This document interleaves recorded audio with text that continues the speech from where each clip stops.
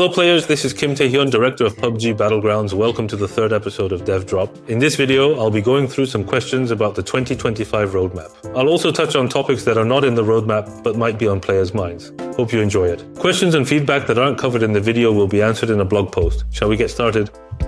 Let's go.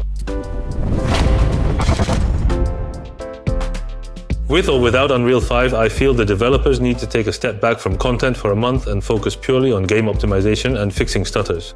We actually have many different teams. There's a team working on Unreal Engine 5, another team focused on optimization, and teams that handle live service content and various updates for Pubg. So even if we pause work in one area, it doesn't necessarily mean we can immediately shift focus to another. We would love to say everything is working perfectly, but we know there is still work to be done, especially on optimization. We understand player concerns about optimization, given the recent Sanhok issues. We made some optimization improvements back in April, so we hope you give it another shot.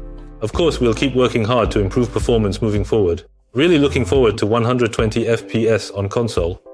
That's all I've wanted since the game came out. Wait a second, about this comment. Pretty sure we've never officially announced this, so we're not exactly sure where that information came from. But as of now, we haven't made any decisions to confirm 120 frames per second support. We would need to explore the technical feasibility through development first. We know there are a lot of expectations around the shift to current-gen consoles. We'll do our best to figure out how we can meet them. Despite the long-standing dominance of the AR meta, weapons like the M16A4 and SCAR-L have remained underused for years. I believe it's time to either enhance their strength or rebalance them in some way to make them more viable. There are several different aspects to consider when balancing weapons. We've seen quite a few discussions and comments about weapons such as the M16A4 and SCAR-L, and many players have been asking us to improve underused weapons in general. While we do make gunplay adjustments every 2 months, it's difficult to single out just one or two weapons. Instead, we follow a broader balancing plan and adjust multiple weapons together. The reason we recently rebalanced shotguns and SMGs is that we also consider balance across weapon categories. We've been tuning things across the board. As there are subcategories like 5.56mm and 7.62mm weapons even within ARs, there's no single correct answer. But we assure you that we'll keep fine-tuning the overall balance. I've seen the video and the latest dev talk. Oh, thank you so much for checking them out. I am touched. I'm a bit scared to see destruction being added to more maps. The performance issues in Sanhok with destruction have not been fixed. There are two types of destruction in the game: terrain destruction and building destruction. To explain a bit more, terrain destruction affects only the terrain, while Sanhok's destruction also includes destructible buildings. When we mentioned destruction in the roadmap, we didn't mean that Sanhok's destruction would be applied to every map. We meant that terrain destruction, which was first added to Rondo, will be expanded to other maps. There are currently no plans to bring building destruction to every map.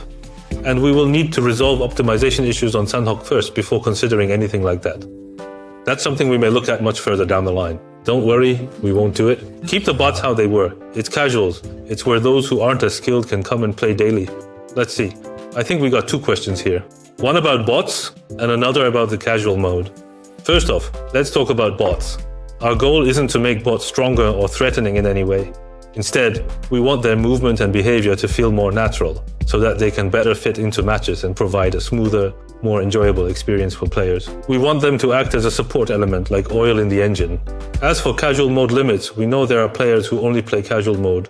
These players log in, play their 3 matches, and then log off. While raising the limit could help boost playtime, our goal is to encourage players to gradually transition from casual mode to normal match. That's why it's not easy for us to simply raise the cap. That said, we have been discussing this internally.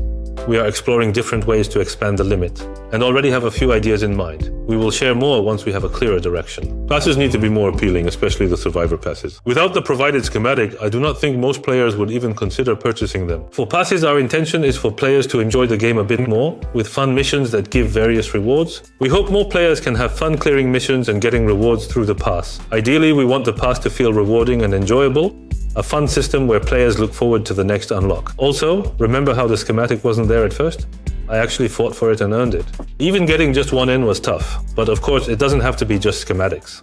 We'll keep exploring different ways to make things fun and do our best to bring good news. If UGC is introduced and becomes more mainstream, we expect to see an increase in creators producing a variety of content. Some maps could gain widespread popularity, similar to user-created maps in other games.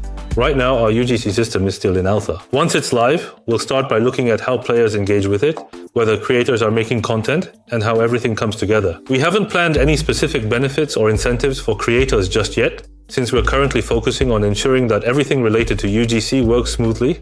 UGC will be launching soon, and if you have fun creating with it, we'll follow up with some exciting plans and updates to share later on. While we understand that optimizing existing maps is currently the priority, when will development on a new map begin? Also, with the introduction of Unreal 5, will the minimum system requirements need to increase accordingly?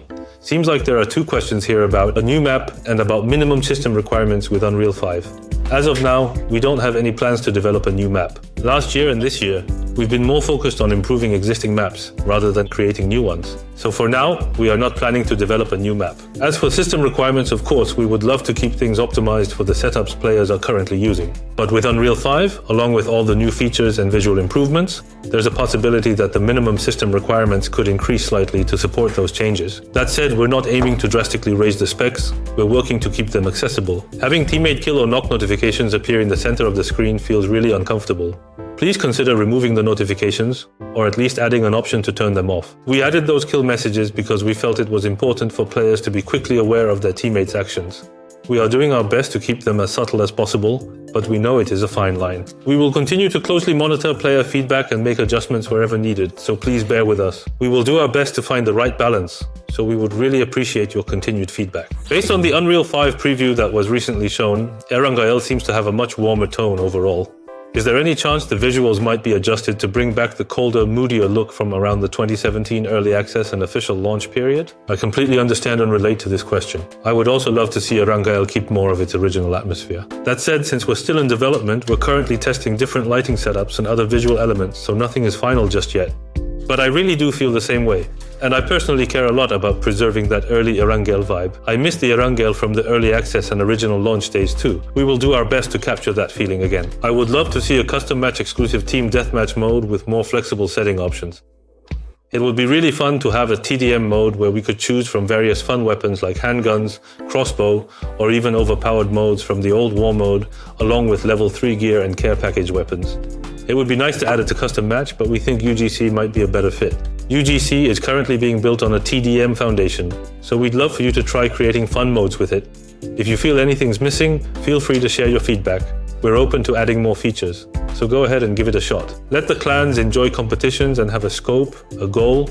Give clans a system to compete against each other divided by nation, continent, and world. It would be really amazing to see different clans competing across tournaments and ladders. I totally agree, there is definitely a need for clan battles to give players more opportunities to compete. There's value in building stronger bonds within clans, and having friendly competition between clans sounds great too. We've been thinking about hosting clan battles as events, but as for global competition between countries or continents, that's a bit tricky. We all have different ping. For example, players in the US and South Korea can't really compete fairly. So instead of building it as an in-game system, we're planning to approach it as event-based content. We actually started testing this out a little bit last year, and we're planning to continue and expand on it. This year as well. You're in, right? We can count on you, right? Thank you all for showing so much interest in the 2025 roadmap, for all your great questions, and for your continued support. This is actually my third dev drop, and I've been getting some questions that really hit the mark, and others I honestly didn't see coming. We're still shaping things as we go, so please bear with us. Episodes 4, 5, 6, we've got more coming, so please keep the feedback coming too. Thanks again.